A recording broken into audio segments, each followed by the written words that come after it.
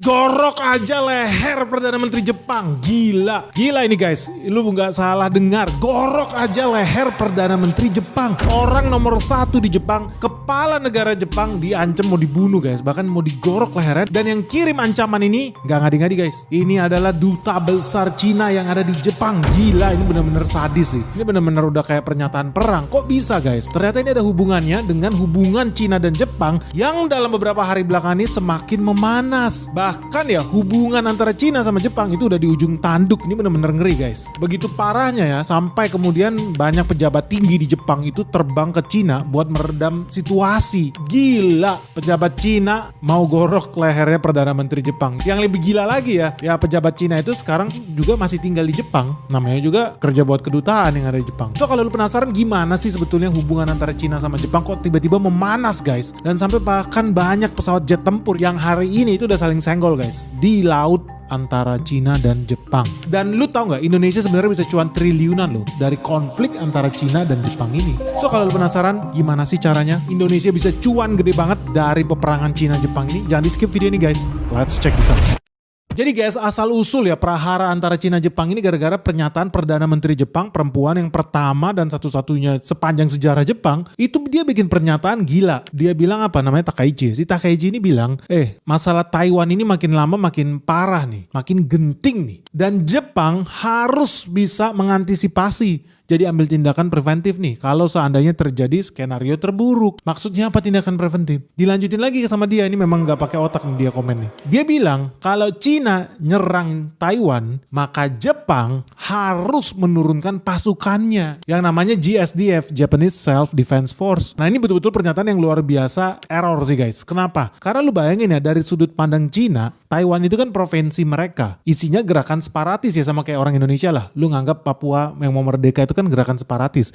Tiba-tiba lu bayangin Perdana Menteri Jepang bilang kalau ada KKB di Papua yang diserang, ditembak sama orang Indonesia, Jepang berhak turunin pasukan ke situ. Lu marah nggak? Nah dari sudut pandang itu, dari perspektif itu, itulah yang terjadi di Cina hari-hari ini. Jadi orang Cina ketika melihat statement orang nomor 1 di Jepang, kok bisa-bisanya mau menurunkan militer untuk membela provinsi yang memberontak itu, maksudnya Taiwan di sini. Ya orang pada heboh, orang pada marah dan kesal. Bahkan ya konsulat jenderal Cina yang tinggal di Jepang, dia by the way tinggal di Osaka, nyalinya tinggi banget, dia langsung komen di Twitter, dia bilang kita harus menggorok leher yang kotor ini tanpa ragu sedetik pun. Gila, ini Zhejian ini konsul loh, dia itu setara duta besar Cina lah buat Jepang, cuman dia tinggalnya di Osaka. Jadi lu bayangin konsulat jenderal Cina, ini pejabat tinggi lah kalau di Kementerian Luar Negeri, itu sampai bilang di X, di ruang publik di Twitter, gorok lehernya. Gila nggak? Ini ngeri banget sih.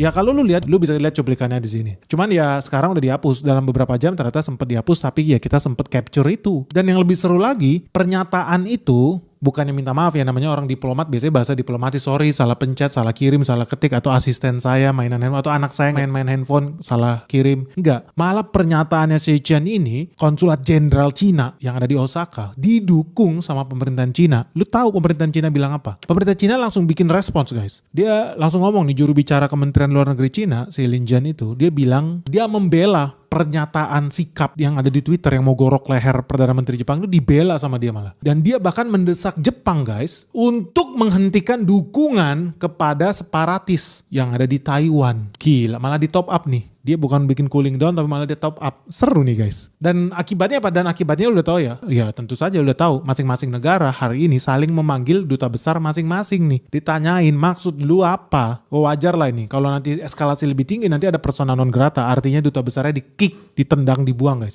Nggak boleh lagi masuk di negara itu. Nah karena kan dianggap gini, duta besar itu kan setingkat negara. Perwakilan suatu negara yang ada di negara lain. Bahkan begitu eksklusifnya, begitu tingginya ya wilayah kedutaan itu dianggap wilayah negara lain. Jadi pasukan, tentara, polisi dilarang masuk ke kedutaan negara manapun karena dianggap itu wilayah teritori negara tersebut. Jadi maksudnya kalau Cina punya kedutaan di Jepang itu dianggap wilayah Cina.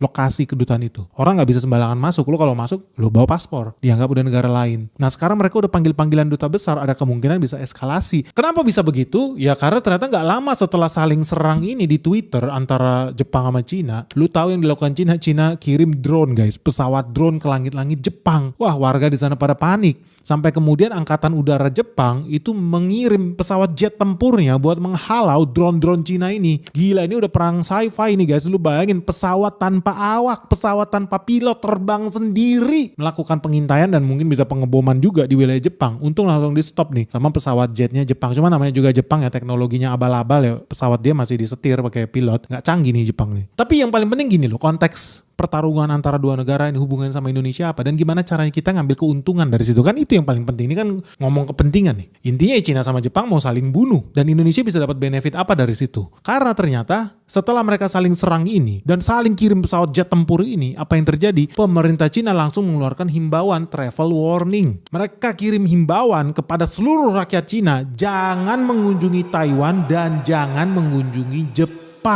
Dan ini langsung mengakibatkan kepanikan di semua wisatawan, turis, dan rakyat yang ada di Cina. Tapi juga menyebabkan kepanikan ke para pelaku usaha yang ada di Jepang. Kenapa? Nah ini penting nih guys. Jadi lu tahu ya, sumbangsi sektor pariwisata itu gede banget buat perekonomian Jepang. Dan lu tahu dalam 1 tahun Jepang itu berhasil menarik 36 juta wisatawan asing. Gila, negara sekecil itu 36 juta wisatawan asing datang Indonesia aja termehek-mehek buat bisa dapat 20 juta wisatawan asing. Itu pun paling banyak Batam, Singapura, atau dari Timur Leste ke NTT, Timur Leste ke NTT. Itu dicatat tuh sebagai wisatawan asing. Nah di Jepang enggak? Jepang itu 36 juta wisatawan asing loh yang datang ke Jepang. Ternyata sekitar 6 jutanya alias 20%-nya itu wisatawan dari Cina. Artinya gini, 1/5 nyawa pariwisata di Jepang berasal dari turis Cina. Sangat powerful. 1/5 lu bayangkan. 6 juta orang Cina ke Jepang setiap tahunnya. Nah lu udah tahu dong, saat-saat yang paling bagus ya buat liburan itu kan biasanya liburan anak sekolah. Atau kalau di Indonesia liburan anak sekolah, libur lebaran. Dan yang terakhir apa? Liburan Natal dan Tahun Baru. Begitupun orang Cina yang datang ke Jepang. Ternyata banyak yang mau datang ke Jepang merayakan Natal dan Tahun Baru. Diperkirakan di bulan November-Desember ini ya ada 1,5 juta manusia dari Cina yang ke Jepang buat liburan. Tetapi karena Perdana Menteri Jepang asal jeplak, terjadi konflik di twitter.com. Dan mereka mau saling bunuh, mau saling gorok leher, lu bayangkan. Cina keluarkan travel warning, wisatawan Cina yang pergi ke Jepang langsung drop guys. Tadinya 1,5 juta orang rencananya berangkat nih bulan ini. Sekarang drop 500.000 orang, langsung cancel tiket pesawatnya, cancel kamar hotelnya. Gila sih. Gila, ini cepet banget nih Cina. Begitu bikin pernyataan perang, rakyatnya langsung jiwa nasionalisnya terpanggil. Bisa jiwa nasionalisnya terpanggil atau mereka ketakutan juga ya. Kredit scoring mereka jatuh kalau tetap berangkat ke Jepang. Kenapa guys? Karena banyak surat edaran di PNS-PNS yang ada di pemerintahan. Jadi orang-orang yang kerja di pemerintahan langsung dikasih warning nih dari atasan mereka. Lu kalau libur akhir tahun ke Jepang siap-siap lu ya. Hati-hati lu ya. Gitu. Orang kan pasti jadi takut ya, namanya juga negara komunis guys. Lalu apa yang terjadi? 1,5 juta orang batal berangkat. Nah gue pengen cerita sama lu soal dampaknya. Namanya juga kita channel ekonomi, kita bicara soal investasi di sini. Lu tahu nggak sih ekonomi Jepang itu kan tadi gue udah bilang ya 7%-nya dari sektor pariwisata. Jadi GDP-nya Jepang itu sekitar 600 triliun yen guys. 600 triliun yen. Itu setara 65.000 triliun rupiah. Gila, Indonesia ini nolnya banyak banget sih. Hapus aja lah Purbaya. Nah tadi kan udah tahu ya, gue bilang ya, ekonominya si Jepang ini kan 600 triliun yen ya. Lihat sekitar 65.000 triliun rupiah. 7%-nya sumbangan dari sektor pariwisata. Nah komposisi Cina sumbangsinya ya sekitar 20% sebetulnya dari 7% itu, alias setara 1,4% lah komposisi Cina. Tapi kalau kita breakdown lebih minimalis lagi lah, karena toh ini tinggal sisa akhir tahun ya, yang berangkat kan jadi cuma drop 500.000 manusia ya.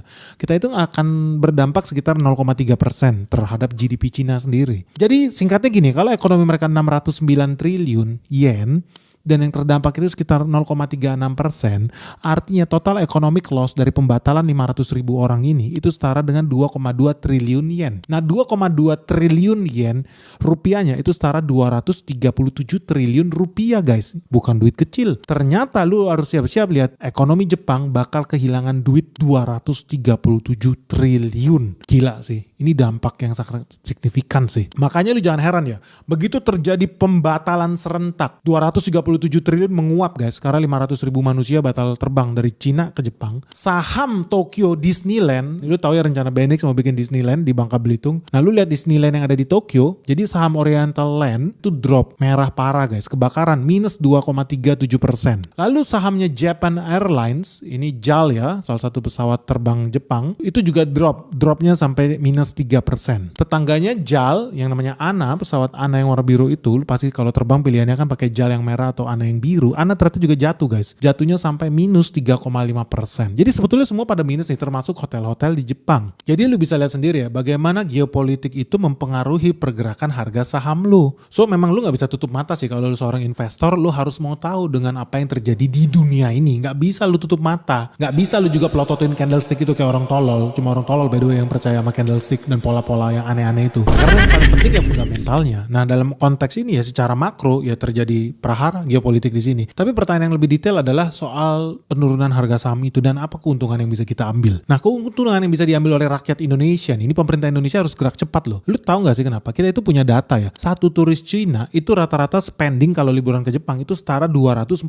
ribu yen. 240 ribu yen itu setara dengan 25,8 juta rupiah. Nah kenapa ini sangat penting ya buat kalian ketahui ya? Karena ya Indonesia ini salah satu tujuan yang menarik buat orang Jepang liburan. Cuman sayangnya promosi kita itu sangat kurang. Kenapa? Ya lihat aja buktinya, jumlah wisatawan Cina yang ke Jepang jauh lebih banyak dibanding yang ke Indonesia. Dan jangankan itu ya, yang pergi ke Thailand atau ke Vietnam juga lebih banyak dibandingkan yang ke Indonesia. Tapi ini satu opportunity yang menarik. Karena kalau satu orang turis Cina itu spending 25,8 juta rupiah. Bayangkan yang cancel itu ada 500 ribu orang. Kalau 500 ribu orang dikali 25,8 juta, itu udah setara 12,9 triliun guys. That's a lot of money buat orang Indonesia. 12,9 triliun. Ini dari spending mereka. Ini minimal ya by the way ya. Ini minimal yang akan mereka akan spending. Mereka bakal beli tiket pesawat, mereka bakal nginep di hotel-hotel yang ada di Indonesia, yang ada di Bali, yang ada di Manado, mereka bakal makan di restoran yang ada di Indonesia, mereka bakal belanja produk-produk Indonesia. So 12,9 triliun, lu tau gak kenapa itu penting banget buat kita bisa capture? Karena lu tahu APBD Bali tuh yang hobinya jadi destinasi wisatawannya aja,